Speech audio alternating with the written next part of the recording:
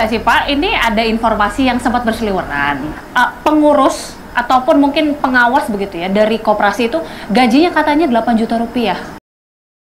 Pemerintahan Kabinet Merah Putih akan membentuk Koperasi Desa Merah Putih. Pembentukan Koperasi Desa Merah Putih ini menjadi salah satu program prioritas pemerintah. Tujuan pembentukan Koperasi Desa Merah Putih adalah untuk memperkuat ekonomi rakyat di desa atau kelurahan. Pemerintah mentargetkan membentuk 80.000 koperasi merah putih di seluruh Indonesia. Setiap unit koperasi akan memperoleh modal awal hingga 3 miliar rupiah. Berikut wawancara TV One dengan Menteri Koperasi Budi Ari Setiadi. Barang-barang kebutuhan desa dari kota ke desa gitu. Oke, nah penentuan dari masing-masing pengurus, masing-masing anggota itu bagaimana? Itu diserahkan lewat musyawarah desa khusus. Oh. Jadi yang menentukan siapa ketuanya, siapa pengawasnya itu masyarakat desa itu sendiri. Tidak ada bantuan langsung dari Nggak ada, pemerintah cuman atau kita kasih pengawasan? kriteria aja. Misalnya kepala desa itu ex officio ketua pengawas. Oke. Nah, untuk pengurus atau ketua koperasi desa itu tidak memiliki hubungan semendah. Artinya anak istri jangan. Lebih supaya memunculkan partisipasi Ya. masyarakat, karena basisnya koperasi ini partisipasi. Koperasi ini jati dirinya adalah sukarela, mandiri, gotong royong. Jadi dia harus berpartisipasi. Karena apa? Karena koperasi ini harus dirasakan manfaatnya bagi masyarakat yang menjadi anggotanya, gitu. Khususnya desa. Ini instrumen untuk kemajuan desa. Ini ide yang paling brilian dari Pak Presiden untuk melakukan percepatan pembangunan desa. Betul nggak sih Pak, ini ada informasi yang sempat berseliweran. Ini mungkin bisa langsung diklarifikasi sama Pak Menteri, entah ini fakta atau hoax, bahwa katanya disebutkan pengurus ataupun mungkin pengawas begitu ya dari koperasi itu gajinya katanya 8 juta rupiah. Gini, nah itu bisa diluruskan Pak Menteri. Begini, kalau soal gaji, soal apa konsekuensi dari menjadi pengurus, menjadi pengawas itu nanti akan kita tetapkan selanjutnya setelah fase pembangunan dan pengoperasian, gitu loh. Belum sekarang, nanti kita hitung karena skalanya. Saya pernah hitung, itu Kopdes Kelurahan Merah Putih pasti untung. Kalau nggak untung pasti ada yang salah kelola itu. Kenapa salah? Saya yakin untung. Barang-barang bersubsidi itu logikanya, hakikatnya adalah barang publik. Sehingga alat distribusi untuk barang-barang bersubsidi ini harus lembaga yang juga milik publik. Gitu. Jangan kebanyakan swasta perorangan. Misalnya begini, subsidi pupuk itu nilainya 43 triliun per tahun. Subsidinya ya. Jadi kalau dari pabrik 2.300, masa dijualnya 4.800 atau bahkan 5.000, bahkan langka. Ini kan nggak adil. Kasihan dong. Jadi selama ini Pak Presiden dan kami juga melihat bahwa ini subsidi negara yang begitu besar ini nggak tepat sasaran. Belum LPG. Ratusan triliun juga subsidi LPG. Tapi rakyat kecil malah beli dengan harga yang lebih mahal. Jadi subsidi ini siapa yang menikmati? Gitu loh. Karena itulah dengan adanya Koperasi Desa Kelurahan Merah Putih ini, rantai distribusi dibuat ringkas. Gitu loh. Jadi misalnya pupuk 2.300 dari pabrik, tambah ongkos angkut tergantung wilayah ya, 300, 400, 2.700. Ya sudah, tinggal langsung tidak pakai rantai panjang. Nah, Kopdesnya tinggal sepakati dengan masyarakat yang juga anggota Kopdes petani mau dijual berapa, pasti untung kan si Kopdesnya gitu loh. Belum LPG, belum minyak goreng dan sebagainya begitu.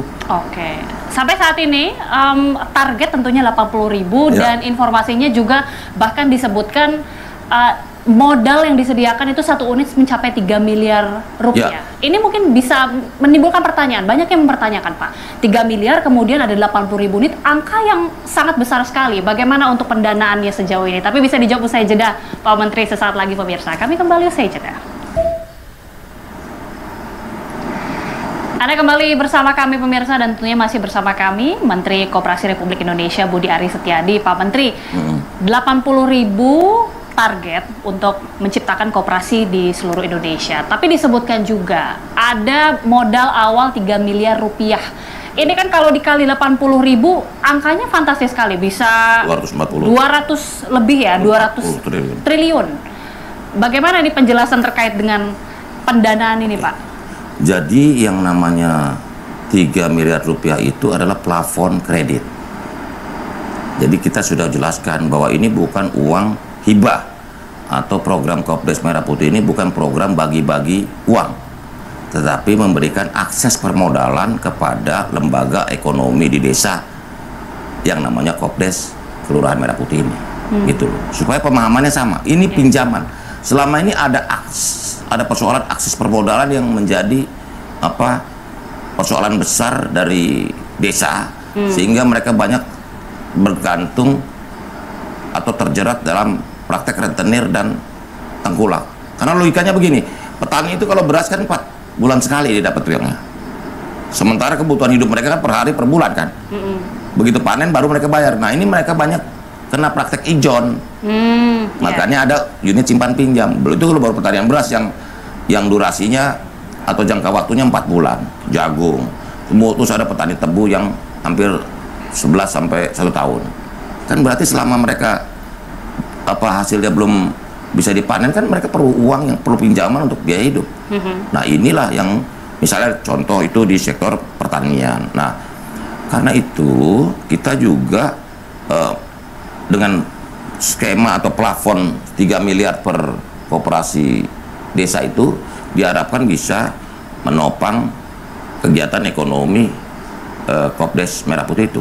Nah 3 miliar itu bentuknya atau skema sedang dibicarakan oleh Kementerian Keuangan dan Kementerian BUMN. Gimana skemanya, bunganya, tenornya, berapa tahun, bunganya berapa persen, itu sedang disimulasikan. Tapi yang pasti ide dan pelaksanaan Kopdes Merah Putih ini adalah sebuah langkah yang kolektif yang dilakukan oleh, bayangkan, dengan Inpres nomor 9 tahun 2025 dan juga Kepres nomor 9 tahun 2025, pergerakan Kopdes Kelurahan Merah Putih ini melibatkan hampir 18 kementerian lembaga di seluruh Indonesia. Bayangin coba, ada Kementerian Pertanian, Kementerian Perdagangan, KKP, KKP, ada Kementerian Dalam Negeri, Kementerian Desa, Kementerian Koperasi, Kementerian Keuangan, Kementerian BUMN, gitu loh.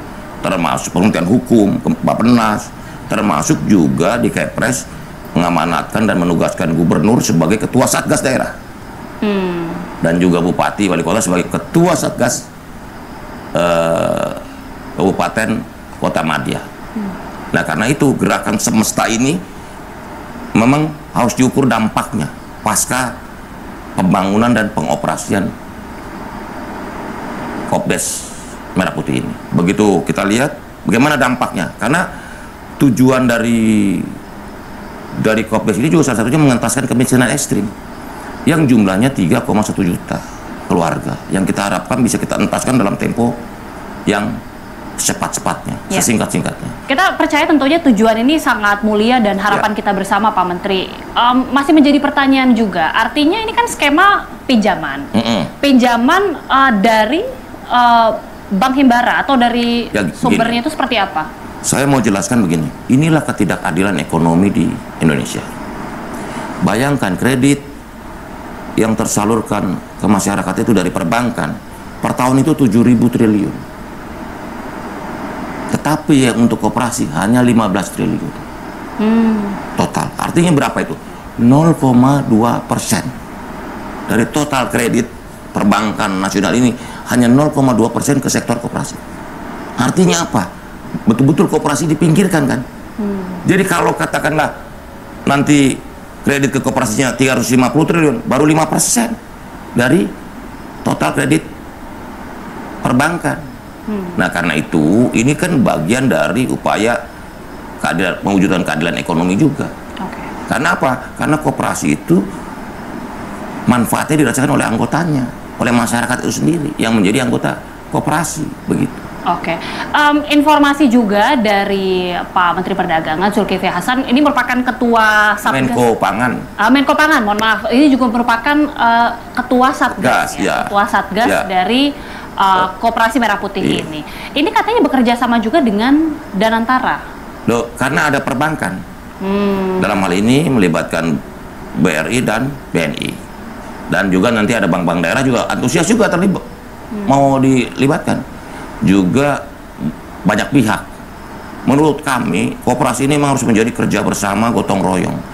Karena Indonesia ini, gotong royong ini hanya dimaknai sebatas motif sosial.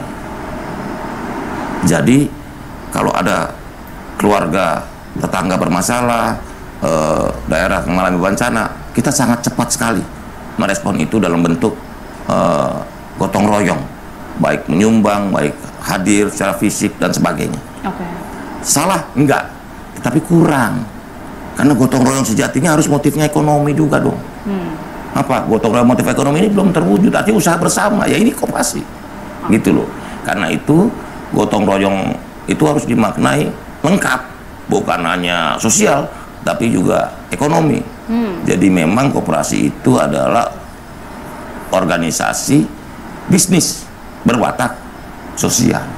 Itulah yang makanya membedakan koperasi dengan lembaga atau badan bisnis yang lain. Skema pinjamannya ini seperti apa? Tadi kan katanya masih dalam perumusan sampai sekarang. Begini, tapi itu yang lagi dirumuskan itu tenornya, berapa lama, terus suku bunganya seperti apa. Gitu. Karena visibility studies tentang bisnis di Kopdes ini juga harus terus elaborasi, dirumuskan. Karena ini kan menumbuhkan atau menciptakan kewirausahaan di desa. Jadi munculnya kewirausahaan. Nah ini memang perlu waktu, perlu juga peningkatan capacity, peningkatan kemampuan manajemen. Bahkan saya pernah mengatakan kunci sukses Kopdes Merah Putih ini adalah ada 3. 1 SDM-nya, orangnya. 2 kelembagaannya, jadi kelembagaan koperasi itu sendiri. Dan yang ketiga adalah sistemnya. Makanya saya bilang kalau pakai bahasa Inggris, POS, People, Organization, and System. Jadi inilah kunci keberhasilan Kopdes Merah Putih ini. Program Kopdes Merah Putih kuncinya ini di tiga komponen itu.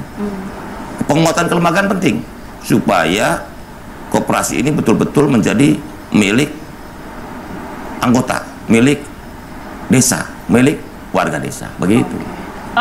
Apakah ini termasuk juga ada hitung-hitungan jika kita tidak menginginkan hal buruk terjadi, Pak Menteri, tapi katakanlah ada yang kemudian menunggak, tidak bisa membayar, hitung-hitungan secara resiko ini juga bagaimana untuk memprediksinya?